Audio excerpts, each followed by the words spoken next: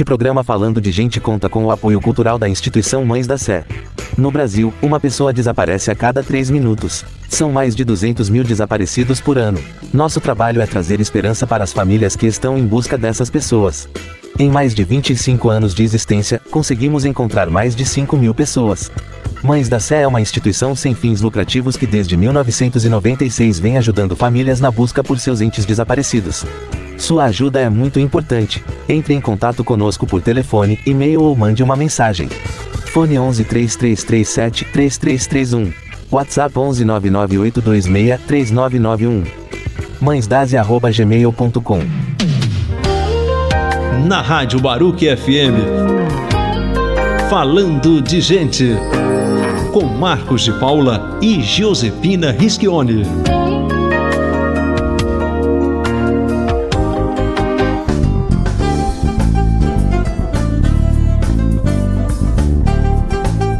Olá você, muito bem-vindo, muito bem-vinda a mais um Falando de Gente, aqui na Baruque News. Pina, para saber como é que são os caminhos aqui, quais são os canais para conhecer melhor a Baruque, entender um pouco mais sobre a trajetória do Falando de Gente. Bom, vamos lembrar, que a Rádio Baruque FM foi eleita como a melhor programação pela APCA, Associação Paulista de Críticos de Artes.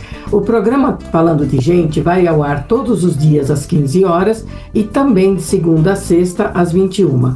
O Falando de Gente, que está no seu 13º ano aqui na Baruque FM, tem a produção de Lara Lima, direção-geral de Afrânio Vanderlei e apresentado pelo Marcos de Paula e eu, Josepina Rischioni. O endereço digital da Baruque FM é baruquenews.com. O Face, radiobaruquefm.com. O e-mail, baruque.cruz@gmail.com. O e-mail do Falando de Gente é falandodegente@uol.com.br. Pelo nosso Instagram, que é @programa Falando de Gente, você fica sabendo das novidades, dos vídeos, fotos e detalhes de cada programa que vai ao ar.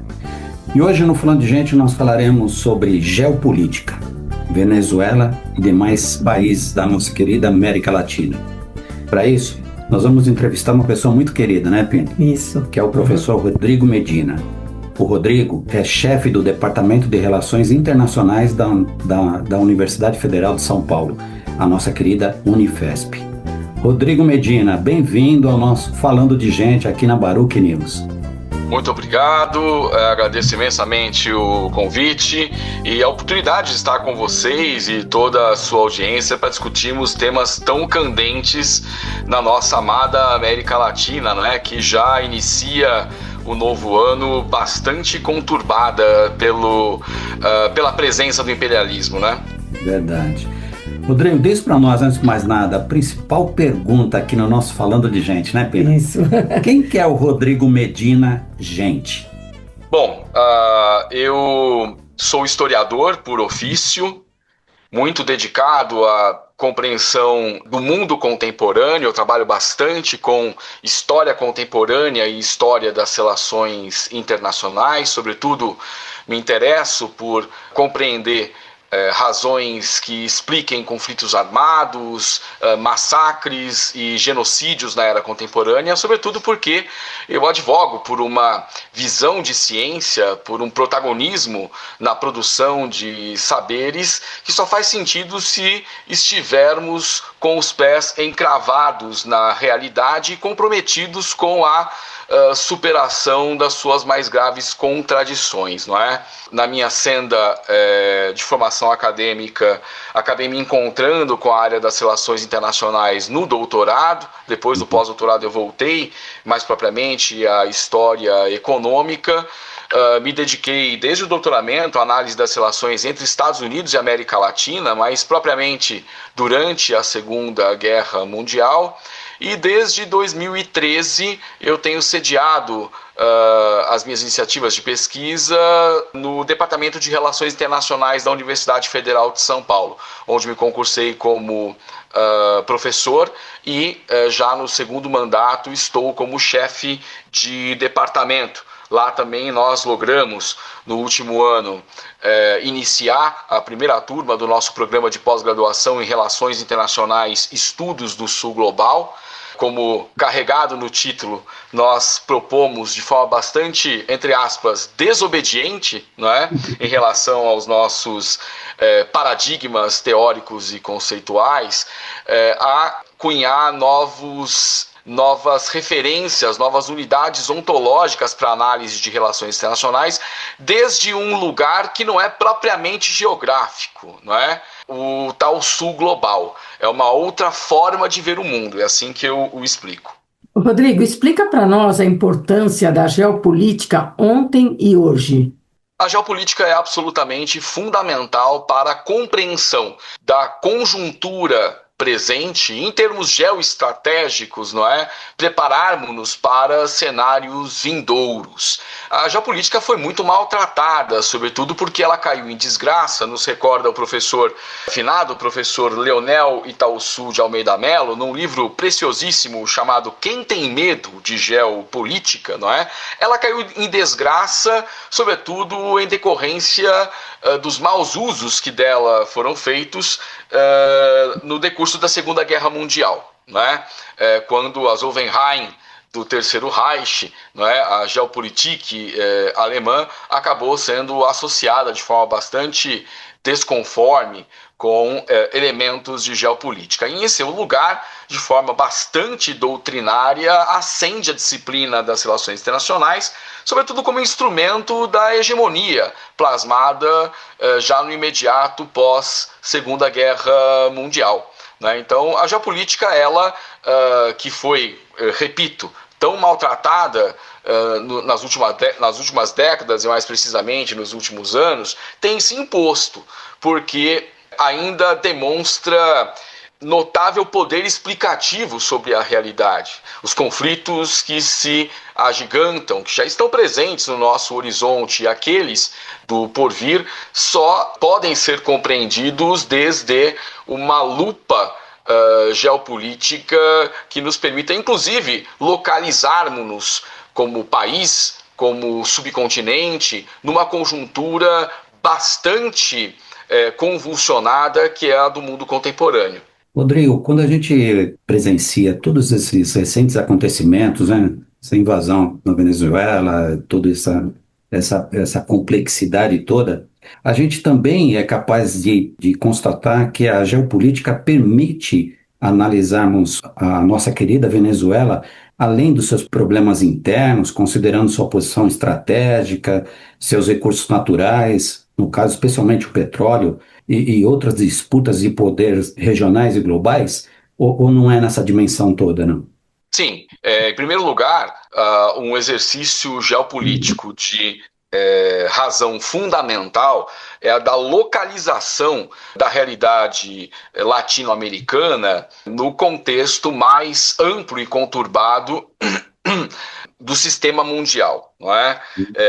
Esse é o primeiro passo para que nós consigamos, sobretudo, apontarmos onde estamos nessa realidade latino-americana, que não pode ser também concebida em uníssono.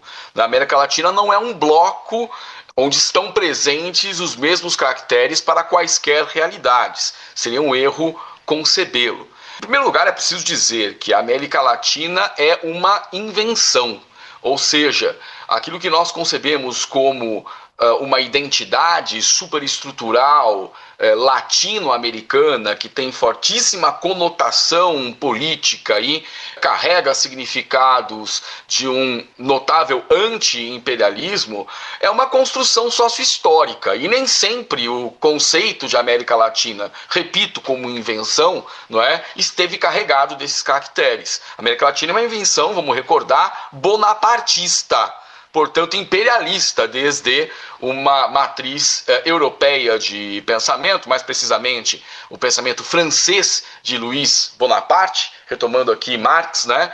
Trata-se da farsa frente ao o drama de seu tio, Napoleão Bonaparte, quando quis estender o Império francês em direção ao hemisfério ocidental, invocando um direito sobre o México por tratar-se, assim como outras realidades, de uma coletividade ali desenvolvendo-se herdeira de tradições europeias. Uma referência aos idiomas originados do latim que se apresentam em várias realidades do continente americano. Né? Portanto, assim desponta uma América Latina, uma invenção, repito, bonapartista. Se nós concebermos o critério, ou seja, de idiomas originados do latim, nós estamos falando de 21 países presentes nas 3 Américas. América do Norte, é o caso mexicano, América Central e América do Sul, com exceção do Suriname e da Guiana, não é? No Caribe, nós estamos tratando de Cuba, Haiti e de República Dominicana. Pois bem, é importante frisar que, como eu aqui havia anunciado, são realidades bastante distintas entre si. No entanto, partilham de destinos compartilhados em alguns momentos, a saber, a colonização, apesar de nós termos matrizes bastante distintas, não é? A colonização de matriz inglesa, a colonização lusófona, a colonização hispano-americana, a descolonização, as lutas de independência, depois os ciclos de ditaduras militares de segurança nacional, as ditas, entre aspas, redemocratizações, ou seja, há destinos compartilhados e, para encerrar essa minha fala, há dilemas no tempo presente, dilemas que dizem respeito ao desenvolvimento econômico, sobretudo a política e energética, que nos coloca sob a ambição, o assédio de potências estrangeiras, as nacionalizações, as questões ainda irresolutas acerca de fronteiras, a presença de organizações de luta armada, como as Farc, não é? Entre outras de extremo relevo. E agora eu prometo que eu concluo essa minha parte da fala. Prometo. Está dando uma aula para nós. Está dando aula mesmo. Não, eu prometo.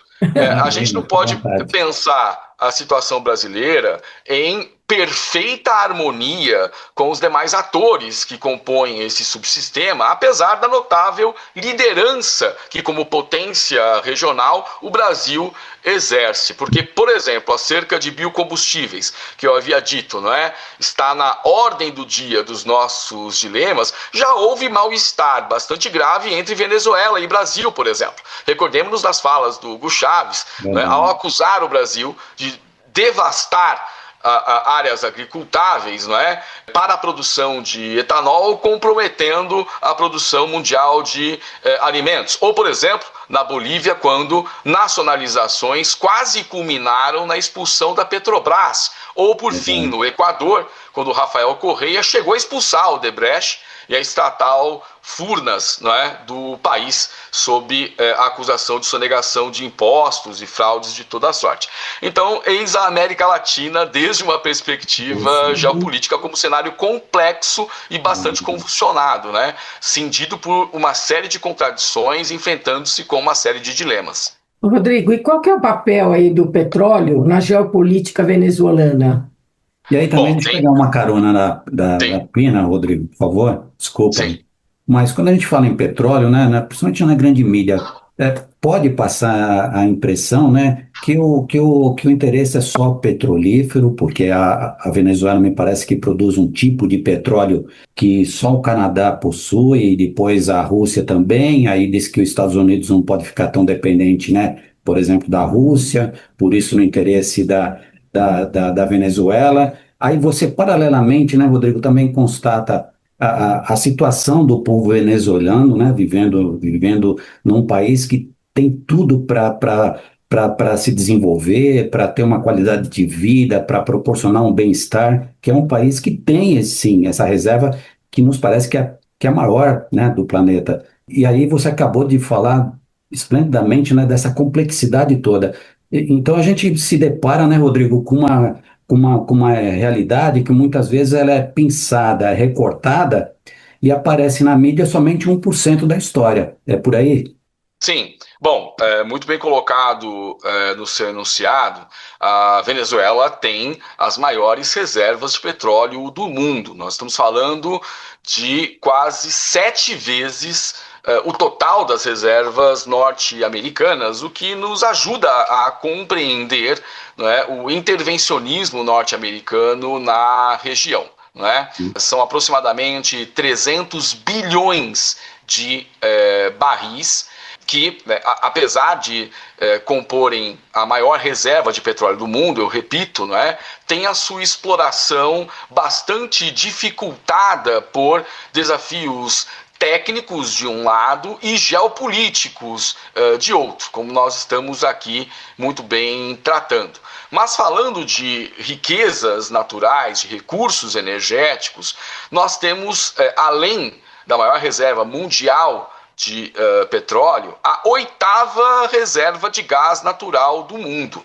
Não é? Estamos falando de 5,60 trilhões de metros cúbicos e também da maior reserva de ouro.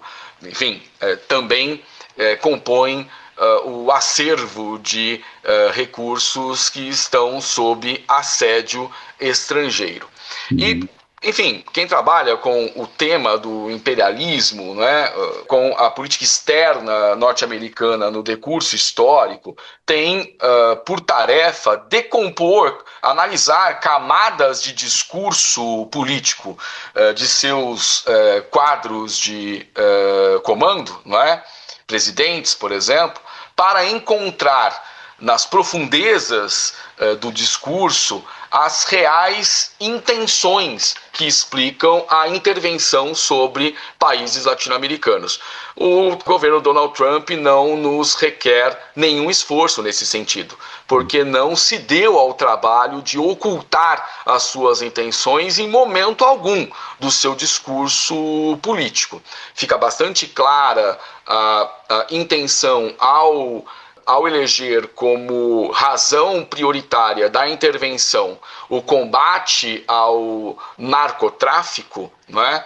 Ao tráfico internacional, transterritorial, exatamente porque, ao fazê-lo, ele não precisou aprovar uma operação militar de tamanha envergadura nas casas do Congresso. É disso que se trata. E agora, sob a alegação de que não se trata de uma guerra, mas de uma operação de captura de um criminoso procurado pela justiça norte-americana, obedecendo a um princípio jurídico que no Estado norte-americano vigora, ao arrepio de todo o direito internacional, não é? Invade um país soberano e sequestra desde a residência presidencial um presidente no exercício do seu mandato. Ainda que o governo norte-americano, bem como quase 50 países, não tenham reconhecido o resultado das eleições venezuelanas, vamos recordar que até o momento não foram apresentadas as atas que o governo brasileiro, corretamente a meu ver, pediu para, enfim, reconhecer o resultado daquele pleito. Há problemas no que concerne a democracia interna venezuelana, mas vamos voltar ao ponto central. Não foram esses problemas que motivaram a intervenção, tampouco se trata de um combate ao tráfico internacional de entorpecentes, porque organizações, inclusive ligadas à inteligência, à investigação criminal, de diversos setores, né, já demonstraram com dados bastante críveis que a Venezuela não tem essa centralidade no que diz respeito ao tráfico internacional de entorpecentes que envolve a realidade latino-americana, não é? Coisa distinta da Colômbia, por exemplo, onde o problema é muito mais agudo. Portanto, nós sabemos, e o próprio presidente Donald Trump, não é, faz questão de explicitar que é de petróleo que se trata e que a produção petrolífera venezuelana, e vamos voltar a um ponto inicial da minha fala, né, apesar de tratar-se das maiores reservas de petróleo do mundo, a Venezuela encontra problemas técnicos para tanto a sua extração quanto o seu refino. Não é? Então, isso ajuda a explicar, junto com as sanções econômicas que pesam sobre a realidade venezuelana, e a má gestão, sem a menor sombra de dúvidas, da qual não se exime o chavismo, tá certo? a condição de penúria do povo venezuelano, agora sobre uma das mais graves intervenções já sangradas na América Latina em toda a sua história. Ô, Rodrigo, e como que as sanções internacionais impactam a Venezuela? Bom, em primeiro lugar, elas provêm de uma determinada fonte, não é? Ou seja, não logram efetivamente isolar a Venezuela no espectro internacional, senão aproximá-la de outras potências. Porque nós estamos falando aqui, ao caracterizar a política externa norte-americana, de uma hegemonia, ela que foi plasmada no imediato pós-Segunda Guerra Mundial, desde pelo menos os acordos de Bretton Woods, não é? Mas que desenvolve uma curva de declive histórico, ou seja, adentra a crise hegemônica já pelo menos desde os anos 1970, quando em seu início uma nova crise de superprodução volta a saltar aquela realidade, não é? Comprometendo taxas médias de lucro das classes proprietárias, sobretudo do financismo, e desencadeando uma curva de descida, né, em termos de relações econômico-comerciais, que desenham uma crise aguda, não apenas no espectro econômico, mas também uma crise de liderança intelectual moral. Não é? Porque com os choques internacionais do petróleo havidos no início e no fim dos anos 1970, não é? As guerras por procuração comuns a essa segunda etapa histórica da Guerra Fria, o atoleiro militar norte-americano no Vietnã, não é? Ajudam a macular as imagens do império até então, não é? Vendidas como o promontório da democracia ocidental, não é? A libertar o mundo das tiranias, não é? Autocratas, essa imagem de polícia do mundo que tinha certa legitimidade construída a partir do plano da cultura, sobretudo o cinema norte-americano teve função primordial nessa Guerra Fria da cultura nos anos 1980 e mesmo depois da Guerra Fria nos anos 1990, já tendo sido deslocada a política de poder desde os anos 70 para o Oriente Médio, né? Na busca por controle de recursos estratégicos, energéticos, né? Dentre os quais destaca o petróleo. A gente teve que ouvir, lamentavelmente, por parte da imprensa dita especializada, não é? Um certo coro comemorando a intervenção na Venezuela e a exploração de seus recursos naturais por empresas norte-americanas, porque a presença militar norte-americana diminuiria no Oriente Médio. Não é? Ou seja, fazendo valer cumprir parte da doutrina apresentada pelo Trump desde a campanha para o seu segundo mandato, né, de que não haveria intervenções militares no Oriente Médio. Só se esqueceu de dizer que a ausência de intervenções militares no Oriente Médio dependeria da retomada do imperialismo na América Latina. Né? Rodrigo, te ouvindo, eu tenho a seguinte sensação da previsibilidade desse potencial perigo para o povo venezuelano no que a gente está destacando aqui. Todo esse conhecimento, toda essa possibilidade, né, de colocar todas essas variantes no radar. Aí eu te digo, por exemplo, eu nem sei qual é a tua opinião sobre isso, mas o Mercosul, por que não houve uma antecipação para evitar, né, uma situação ainda mais dolorosa para a população venezuelana?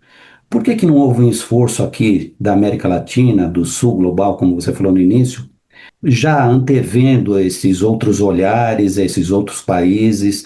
Porque fica claro, né, que essa tensão já não vinha de agora. Essa pulsação, já, né? Sabe, esse terrorismo, sabe, eu vou tomar porque eu vou recuperar, porque fomos nós que construímos essas refinarias, porque a gente vai melhorar, porque, quer dizer... Cadê, né, o planejamento estratégico eu digo, desse sul global da América Latina? Desculpa se eu estou sendo um tanto infantil, mas eu estou te ouvindo com tanta atenção que acho que isso, para muitos pesquisadores, não foi novidade. É isso mesmo, Rodrigo? Mais ou menos. Eu explico por quê. Em primeiro lugar, entendam-me bem, nós precisamos nos libertar de um fantasma chamado Hegel e o seu idealismo, que a todos nós formou de alguma maneira. Isso porque nós somos educados de forma a conceber uma direção retilínea da história em direção à emancipação da condição humana, ou seja, a tal religião da liberdade que dizia o Hegel. Nós fomos doutrinados a compreender que a história caminha adiante, movida por uma força irrefreável que é o progresso. E estávamos todos errados, tá? Ou seja, nós somos educados a pensar que o imperialismo norte-americano, da política da canhonearia, né, do corolário Roosevelt, da doutrina Monroe, o Colosso do Norte, era coisa do século XIX, né, e do início do século XX. E agora fomos assaltados por uma intervenção brutal, né, desde os seus sentidos políticos mais elementares, e muitos de nós, se não todos, erramos nas nossas análises.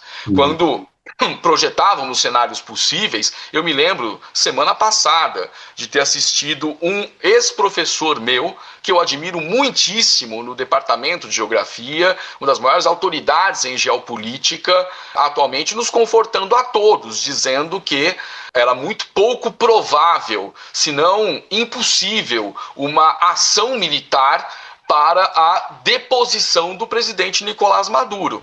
Isso foi 2 ou 3 dias antes disso ser feito. Ou seja, o imponderável nos tomou a todos de surpresa, não é? Eu duvido que muitos estivessem esperando esse tipo de ação. E em que pese os avanços havidos nas estratégias de integração regional, de elaboração de redes de cooperação sul-sul, bastante fortalecidas pelas próprias estratégias bastante mambembes desse novo mandato de Donald Trump, desde seu início, quando deflagrou a guerra tarifária contra o mundo, né? Porque, na prática, destravou o acordo entre Mercosul e União Europeia, por exemplo, fortaleceu outras iniciativas integracionistas, como os BRICS, blocos como os BRICS, não é?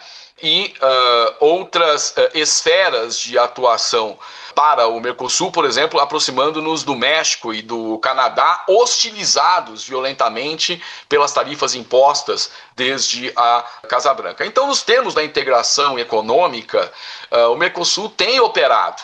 Né? Estamos em vias de superar as últimas querelas que dizem respeito à celebração do acordo entre Mercosul e União Europeia, que para os países que compõem o bloco, não é, diz respeito a 25%, 1/4 da economia mundial. Não é? Ou seja, não só dando conta de superar os problemas da tarifação imposta de forma quase nada calculada pelo governo Donald Trump, mas faz avançar esses esforços cooperacionistas. Agora, nós enfrentamos uma realidade bastante grave no sistema latino-americano de fragmentação política interna, não é? Junto de outras problemáticas, como a crise migratória, especialmente aquela que provém da Venezuela, e a integração econômica se bate com também essas contradições, não é?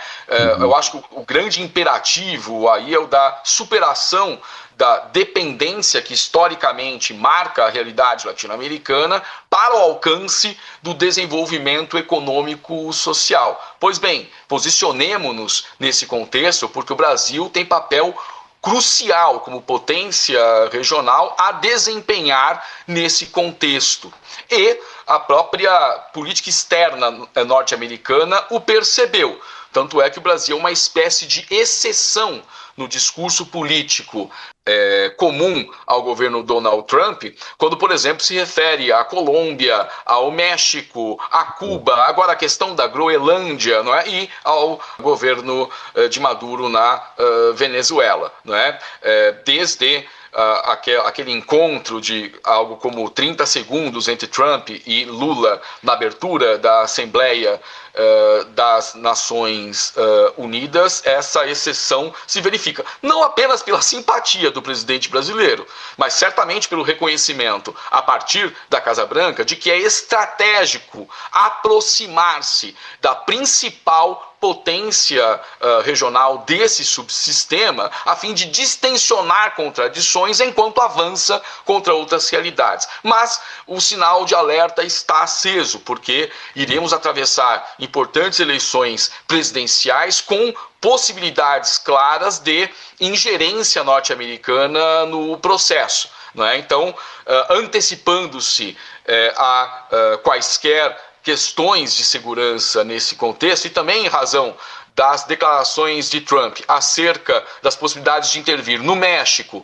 na Colômbia, a questão da Groenlândia e em Cuba, o Brasil começa a tecer uma aliança estratégica desde o plano militar com a China, né? Ou seja, desde o princípio do equilíbrio de poder, a diplomacia brasileira entende a gravidade do momento e a necessidade de composição de forças para salvaguardar um princípio, né? O da soberania nacional e da autonomia da América Latina frente a potências do norte do hemisfério ocidental e da Europa Central.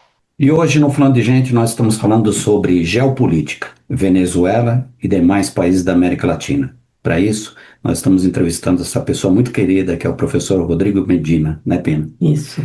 O Rodrigo é chefe do Departamento de Relações Internacionais da Universidade Federal de São Paulo, a nossa querida Unifesp, que está completando 30 anos. Pina, para saber mais sobre a Baruch e conhecer a trajetória do Falando de Gente, quais são os canais, por gentileza? Bom, vamos lembrar que a Rádio Baruch FM foi eleita como a melhor programação pela APCA, Associação Paulista de Críticos de Artes. O programa Falando de Gente vai ao ar todos os dias às 15 horas e também de segunda a sexta às 21. O Falando de Gente, que está no seu 13º ano aqui na Baruch FM, tem a produção de Lara Lima, direção-geral de Afrânio Vanderlei e apresentado pelo Marcos de Paula e eu, Giuseppina Rischioni. O endereço digital da Baruch FM é baruchnews.com, o Face radiobaruchfm.com, e-mail baruch.cruz@gmail.com. O e-mail do Falando de Gente é falandodegente@uol.com.br. Pelo nosso Instagram, que é @programa Falando de Gente, você fica sabendo das novidades, dos vídeos, fotos e detalhes de cada programa que vai ao ar. Este programa Falando de Gente conta com o apoio cultural da instituição Mães da Sé. No Brasil, uma pessoa desaparece a cada 3 minutos. São mais de 200 mil desaparecidos por ano. Nosso trabalho é trazer esperança para as famílias que estão em busca dessas pessoas. Em mais de 25 anos de existência, conseguimos encontrar mais de 5 mil pessoas. Mães da Sé é uma instituição sem fins lucrativos que desde 1996 vem ajudando famílias na busca por seus entes desaparecidos. Sua ajuda é muito importante. Entre em contato conosco por telefone, e-mail ou mande uma mensagem. Fone 11 3337 3331. WhatsApp 11 99826 3991. mãesdase@gmail.com. Rodrigo, fala para nós o papel das organizações internacionais na crise da Venezuela. Quando a gente fala de ONU, OEA, né, que são os organismos regionais, e como que eles acabam mediando essas soluções diplomáticas? Bom, nós estamos diante de uma dura realidade. Em primeiro lugar, da inoperância dessas organizações supranacionais frente às políticas de poder de uma hegemonia em crise, né? Refiro-me à fortaleza militar norte-americana e o recurso às armas para garantia de interesses econômicos, tratorando a soberania de estados nacionais e ameaçando tantas outras. Vamos recordar aqui a fala do Marco Rubio nos últimos dias, comemorando o que ele chamou de restabelecimento da política de dissuasão. Ou seja, a aquiescência, a obediência às diretrizes norte-americanas para a América Latina teriam como força motriz o medo de uma intervenção militar, não é? E a deposição de seus governos. Isso faria com que toda a América Latina, alinhada aos propósitos norte-americanos, tivessem nova envergadura em seus embates na guerra comercial contra a China, que é muito mais do que uma guerra comercial. Trata-se da própria disputa pela hegemonia mundial. Então, a primeira constatação, e ela é bastante dura, não é? Se bem que só se desencanta quem se encanta, não é verdade? Quem acreditou que punhados de pergaminhos lavrando intenções pudessem disciplinar estados nacionais nas relações que entre si mantêm frente às políticas de poder, acabam de se encontrar com uma velha síntese do realismo político. Somente o poder pode impor limites ao poder, não é? O direito internacional não é a primeira vez que é solenemente desconsiderado, para não dizer vilipendiado, pelas ações do imperialismo norte-americano. Então é uma nova escalada de violência política que nós estamos assistindo, num contexto que, eu repito, é o de desintegração regional e de desglobalização. Todos esses esforços, né, que têm como princípio elementar o multilateralismo, a produção de consenso, terão que se enfrentar com uma realidade dura. Não é? A necessidade de fortificação militar para lidar com assédios predatórios de atores que não têm nenhum respeito por esses princípios. Né? Ou seja, nós estamos frente a dois mundos possíveis em termos de estratégias econômicas, por exemplo. Não é? Uma inserção na globalização neoliberal subordinada ao poder norte-americano e levada a cabo por meios de negociações bilaterais com este gigante. Portanto, em desfavor, não é, dos mais fracos, economicamente falando. Ou a via do multilateralismo, da produção de consensos e da integração de esforços para o alcance do maior volume de vantagens compartilhadas o possível. É isso que não quer a hegemonia em crise. Isso está muito claramente dado na própria discursiva, não é nenhuma interpretação nossa. Isso é verbalizado, né, pelo discurso que desde a Casa Branca provém, a partir de mais de um de seus artífices de política externa, para dizer da necessidade de intervir pela via violenta em destinos do mundo, né? Ou seja, eles nos temerão e pelo temor que têm, obedecerão aos nossos imperativos. Bom, isso me recorda muito os destinos sangrados pela Comuna de Paris em 1871, quando os comunardes, tendo assaltado os céus, entre aspas, discutiam um mundo novo, enquanto contra si, em sua direção, marchavam as tropas de Adolphe Thiers, junto com o inimigo prussiano, para dar cabo de todos eles. Ou seja, não se prepararam para a violência, né, que encerra a etapa que depois haveria de ser teorizada da Guerra Civil. Bom, é nesse contexto que essa inação das organizações internacionais deve ser compreendida. Mas em que momento, ao ter se oposto a uma intervenção militar norte-americana, por exemplo, o Conselho de Segurança da ONU, em 2003, agiu contra os Estados Unidos por ter desobedecido uma diretriz sua? Isso nunca aconteceu. E eu duvido que acontecerá, por mais que as resoluções da ONU sejam belíssimas em termos de conteúdo. O que podem fazer é dizer aos atores imperialistas que estão os seus membros muito zangados com eles. A efetividade disso é zero. Rodrigo, aí a gente também pode considerar o fator econômico, né? Como sempre, acaba permeando tudo isso. Mas, por exemplo, uma organização das Nações Unidas que divulga, né, que as suas receitas, um quarto de suas receitas que a mantém vem dos Estados Unidos, também é uma questão de tornar refém, né? Eu acho que Está dando passa por tudo calote, isso. viu? E está dando calote, porque os Estados Unidos não têm pago a ONU para manutenção dos seus quadros, por exemplo. Há quadros com salários em atraso há mais de 3 ou 4 meses. Então, e aí a gente percebe todo esse contexto, né, Rodrigo?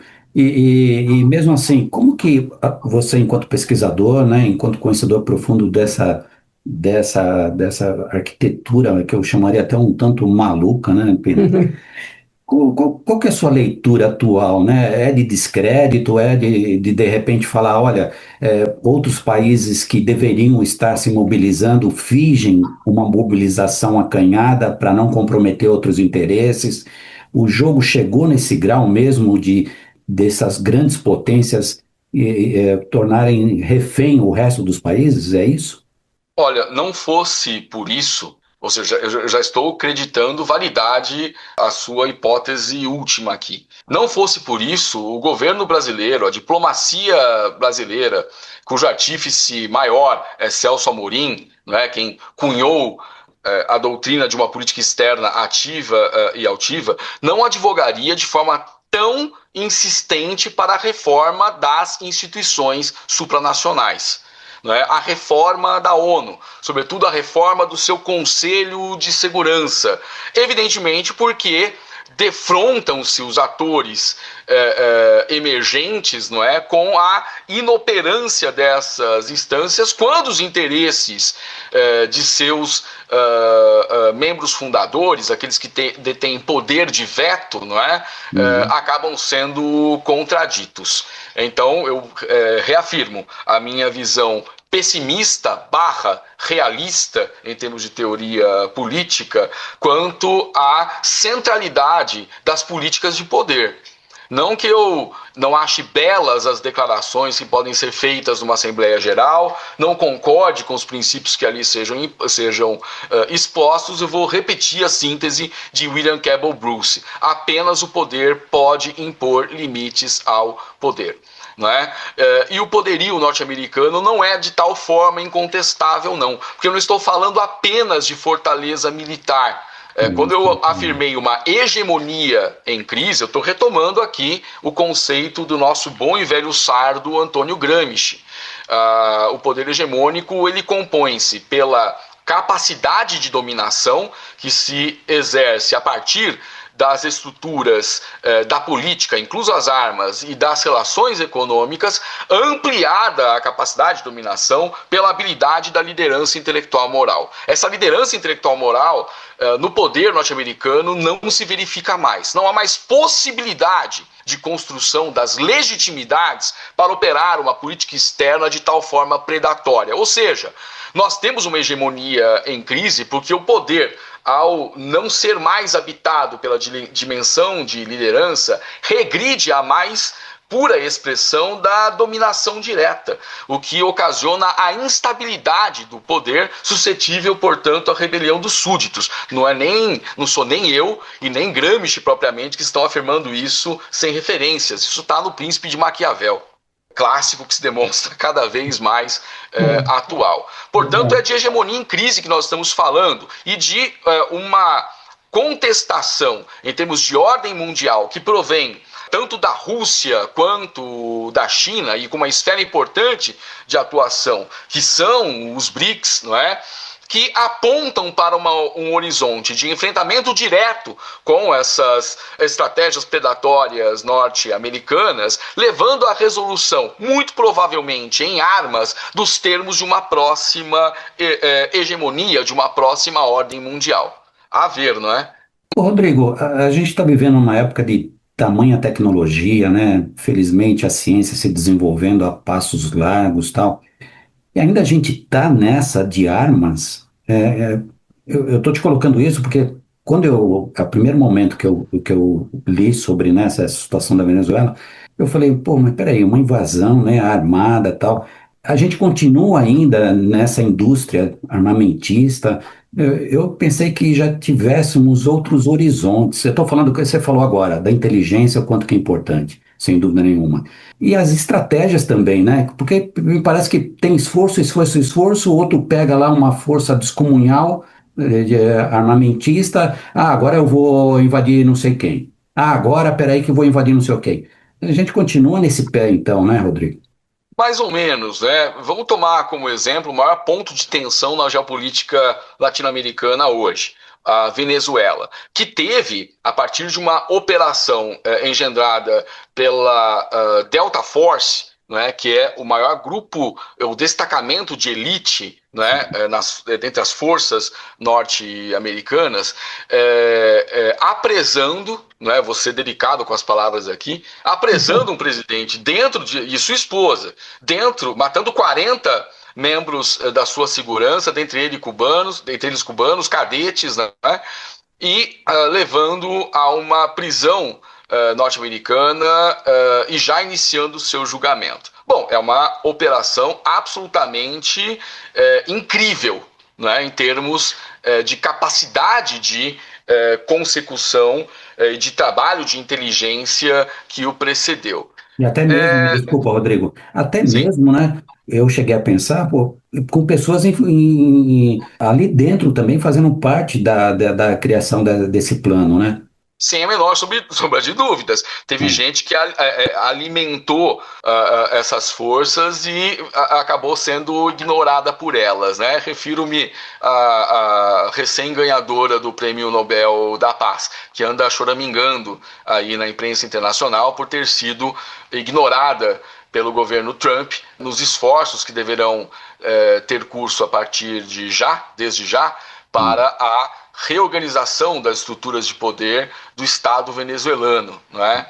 É a isso que eu queria me referir. Foi uma operação espetacular, mas depôs um presidente, desculpe-me a sinceridade, a franqueza da minha avaliação, já moribundo, não é? Sem nenhuma condição de manter-se no poder por uma série de questões, não é? O próprio cerco militar no Mar do Caribe, em algum momento, o faria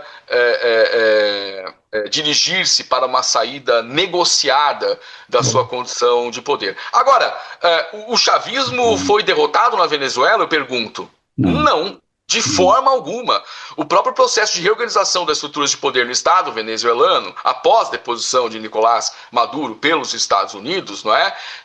Apontam para uma escolha da Casa Branca por manter Delcy Rodrigues vice-presidente, empossada oficialmente como presidente interina na Assembleia Nacional, no poder, não é? Sobretudo também porque ela é irmã do Jorge Rodrigues, presidente da Assembleia Nacional, tem sobre ela imensa influência política e já tinha canais de diálogo abertos com os Estados Unidos, não é? Com o gabinete de Donald Trump, não é? Analisando as possibilidades de composição de interesses para cenários futuros. Ou seja, uma operação, repito, entre aspas, né, de tal forma espetacular, fica bonito, né, para o noticiário, eventualmente vai render aí algum filme de ação desses bem toscos, né, comuns à cinematografia hollywoodiana deste gênero, não é? Tem quem goste, né, vai entender. Mas não avança nada para além disso, porque muito provavelmente o chavismo não será demovido das estruturas do poder que vigora na Venezuela, não é? A depender aí de uma negociação de interesses de empresas petrolíferas norte-americanas que já participavam do comércio de petróleo com a PDVSA, por exemplo. Já comercializavam com a PDVSA, não é? É claro que agora a intenção é outra, é mais ambiciosa, tirar parte considerável das importações feitas pela China, não é? De petróleo venezuelano, o que pode vir, inclusive, a favorecer o Brasil, viu? Né? Na substituição de importações, não é? Ou seja, ainda é especulação dizê-lo. Mas voltando ao ponto, essa operação espetacular vai até a página 2. Não é? Agrada a claque, ao eleitorado trumpista, para que ele possa fazer o seu sucessor. Deve ter sim algum efeito em termos de dissuasão para que os interesses norte-americanos na América Latina, né, sejam acolhidos de forma mais imediata, né, como se o Javier Milei da vida já não o fizesse, né? E o direito internacional passasse a ser secundário, ainda mais frente à força das armas manifesta pelo Estado norte-americano. A Venezuela tem agora um dilema com que lidar. A lealdade ideológica aos princípios do chavismo, e a Delcy Rodrigues já disse no seu discurso de posse ser leal a essas ideias, frente à necessidade e a um imperativo concreto da realidade de cooperar com os Estados Unidos, né, para que uma mudança mais brutal de regime não ocorra. Evidentemente, foi até a página 2 porque os Estados Unidos se veem impedidos de avançar porque enfrenta contradições internas na própria arena política norte-americana, onde sequer dentro do Partido Republicano Donald Trump tem maioria. Tem uma maioria bastante frágil nas casas do Congresso e pode, inclusive, perder o mandato. Não está longe, não está distante um cenário como esse pela via de um impeachment, caso consiga-se cristalizar a ilegalidade das suas ações no exterior. Por exemplo, uma mudança de regime na Venezuela. Então, optou-se... Ele chegou a dizer de uma junta de governo, que poderia ser assim, muito de improviso, o que revela não haver um plano previamente elaborado para isso. Chegou-se a falar no nome do Marco Rubio, ou, sei lá, a família Bolsonaro chegou até a se manifestar, dizendo que poderia gerir os destinos do Estado venezuelano. Sabe-se lá o que se passou pela cabeça desses artífices. Mas o caso concreto, a realidade concreta é que optou-se pela legalidade, porquanto as ações que levaram à deposição de Nicolás Maduro tenham sido ilegais. E há quem defenda a sua legalidade, hein? Eu estou ouvindo aí entrevistas de importantes professores, de importantes universidades da área do direito penal internacional, dizendo que foi plenamente legal. É bastante complicado. Eu defendo a liberdade de expressão sem a menor sombra de dúvidas, É importante, por mais que a gente não concorde com algo, tomar contato com o pensamento diverso, mas isso requer um estômago que às vezes eu não tenho.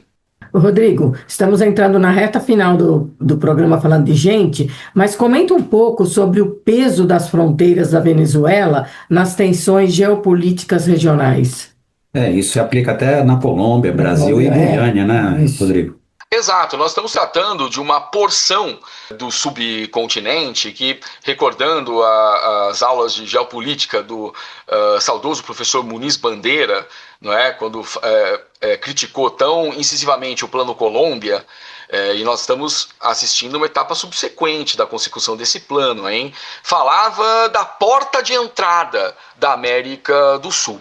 Nós estamos falando exatamente disso, do acesso a realidades, do acesso a reservas de recursos energéticos, de bens estratégicos. Nós estamos falando de posição para, a partir desses territórios, ganhar novas realidades, ou seja, estamos falando da possibilidade de assentamento de bases militares, sob o pretexto da manutenção de condições de segurança, do combate ao narcotráfico, do que o valha, para a projeção do poder norte-americano pela via intervencionista noutras realidades desobedientes.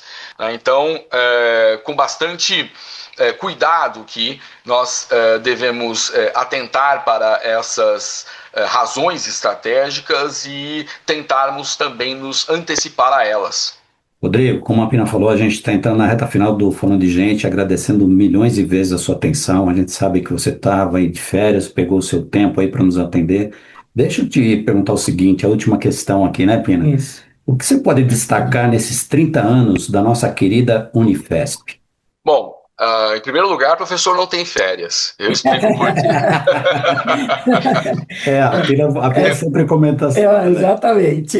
Ao ter sobrevivido ao final de cada semestre, né, soterrados por trabalhos, monografias, dissertações, teses, provas para serem corrigidas, nota para fechar, não é? Tendo sobrevivido a tudo isso, não é? Os nossos familiares nos reencontrando vivos, não é? Nos abraçando, curando as nossas feridas. Eu já falei aqui, Rodrigo, que os professores deveriam ter trabalhar por 5 anos e se aposentar. Pois é. A gente resolve fazer no período de férias tudo aquilo que não deu tempo para fazer durante o período letivo. Terminar de escrever aquele livro, terminar de publicar aquele artigo que a gente usa para ser avaliado e tudo mais. Bom, então, professor, não tem férias, contem comigo aqui. Estou de prontidão. Sobre a Universidade Federal de São Paulo, nós estamos num importante marco da nossa trajetória. Nós, há 30 anos, como bem dito, né, nos firmamos como Universidade Federal, mas o nosso núcleo embrionário é muito anterior. Data de 1933, a criação do nosso núcleo centrado nas ciências da saúde, a Escola Paulista de Medicina, a Escola Paulista de Enfermagem, vanguarda, né, no ensino superior brasileiro, e que como eu disse, o embrião do que passou a ser a Universidade Federal de São Paulo nos anos 1990, criada, não é, por decreto-lei. Nós que seguimos a partir de então centrados nesse núcleo primeiro, no contexto do Reúne, desde 2007, iniciamos um franco processo de expansão que nos levou à multicampia, estando presente em Guarulhos, onde está a nossa Escola de Filosofia, Letras e Ciências Humanas, a Baixada Santista, onde temos 2 campi, a Diadema, São José dos Campos, Osasco, e agora a Zona Leste também. Pode ser que eu tenha me esquecido de algum outro campus. Nós que fomos impulsionados pela expansão notável do ensino superior federal na realidade brasileira, não é? Também sofremos o contragolpe da carência de recursos, né, no manejo de uma política neoliberal de austericídio fiscal flagrante, corte de importantes gastos e investimentos, né, em educação pública superior, em ciência e tecnologia, e em nome de uma ciência firmemente encarnada no compromisso de superação das contradições sociais, na consecução de uma democracia de alta intensidade e com todos os nossos saberes referenciados na sociedade. Não é? É assim que nós fazemos ciência, é assim que nós resistimos a distintas intempéries, não é? Sobretudo no que concerne a desinvestimentos na educação pública superior, seguimos fazendo ciência. Rodrigo, parabéns pelo trabalho, pela dedicação, pelo carinho que você trata todas essas questões e, sobretudo, pelo jeito humano que você usa uma lente muito especial aí para fazer essa leitura maravilhosa que você fez aqui para nós hoje. No Falando de Gente, mais uma vez, conte sempre com a Baruch e com o programa Falando de Gente, volte N outras vezes. Né? Eu agradeço muitíssimo, para mim é uma honra ter estado aqui com vocês, porque eu acompanho muitos dos seus conteúdos e essa foi a vez de participar deles, de contribuir ativamente para com eles, pretendo que eu possa fazê-lo mais vezes. Saúde e felicidades para todos vocês aí na nossa querida Unifesp. E hoje, no programa Falando de Gente, nós falamos sobre geopolítica, Venezuela e demais países da América Latina. Para isso, nós entrevistamos essa pessoa muito querida, né, Pina? Muito, que é o professor Rodrigo Medina. O Rodrigo é chefe do Departamento de Relações Internacionais da Universidade Federal de São Paulo, nossa querida Unifesp. E você que acompanhou mais este nosso Falando de Gente, o nosso milhões de vezes, muito, muito, muito obrigado. E continue aqui na Baruch FM, a web rádio que a gente faz, compartilha e curte. Você ouviu Falando de Gente, com Marcos de Paula e Josepina Rischioni. Falando de Gente, na Baruch FM.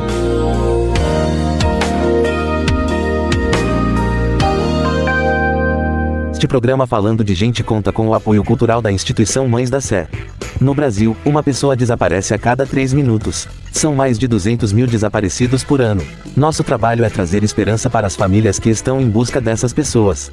Em mais de 25 anos de existência, conseguimos encontrar mais de 5 mil pessoas. Mães da Sé é uma instituição sem fins lucrativos que desde 1996 vem ajudando famílias na busca por seus entes desaparecidos. Sua ajuda é muito importante. Entre em contato conosco por telefone, e-mail ou mande uma mensagem. Fone 11 3337 3331. WhatsApp 11 99826 3991.